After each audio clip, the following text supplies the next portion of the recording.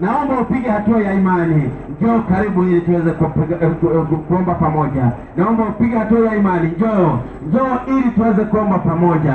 Hata wale ambao bado umesimama kwenye faranga, naomba mpige hatua ya imani tafadhali. Njoo karibu ili tuweze kuomba pamoja. Njoo karibu ili tuweze kuomba pamoja. Maombi ni ya kipekee ambao Mwenyezi Mungu anatuhitaji. Bado angalia anakuhitaji. Angalia akikutafuta, anakuambia mwanadamu, mimi ni kitu gani? Hivi wewe ni kitu gani? Hivi mimi ni kitu gani? Hata mbingu ikudhamini kiasi hiki, hata Mwenyezi Mungu akutafute kiasi hiki. Hivi wewe ni mtu wa aina gani?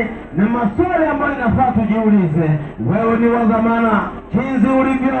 Mbingu inakudhamini, mbingu inakujali, na Mwenyezi Mungu anahitaji upotee, lakini kwa pamoja anahitaji atakaporejea tuone uso wake na ufalme aliokwenda kutuandalia. Ninahitaji niombe na wana wa Mungu. Je, bado kuna watu ambao wapo mbali? Ninaomba msogee karibu ili tuweze kufanya maombi ya pekee, maombi ya pamoja, maombi ya undugu, maombi ya umoja wa Roho, umoja wa Mungu Baba, umoja wa Mungu Mwana na Roho Mtakatifu.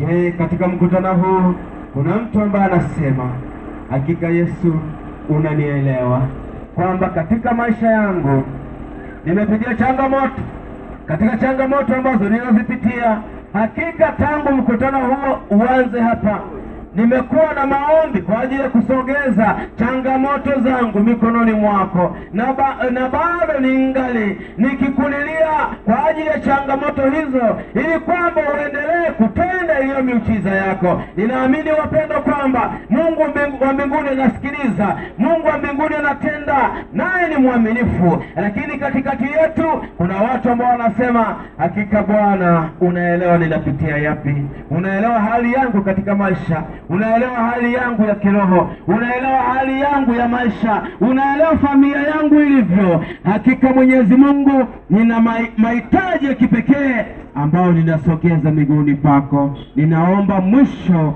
wa mkutano huu maombi yangu yamejibiwa, mahitaji yangu uwe umeyashughulikia kwa ajili ya kujibu sawa sawa na mapenzi yako. Je, kuna mtu kama huyu? Ninajua una mahitaji, siwezi nikatambua unahitaji lipi, lakini Mungu wa mbinguni anayesoma ndani ya moyo wako anaelewa unahitaji gani. Hilo hitaji ambalo unahitaji ni kuombee. Kama unahitaji hilo maalum, naomba upige hatua kama tunavyofanya kawaida. Naomba upige hatua hapa mbele ili tuweze kuomba pamoja nawe.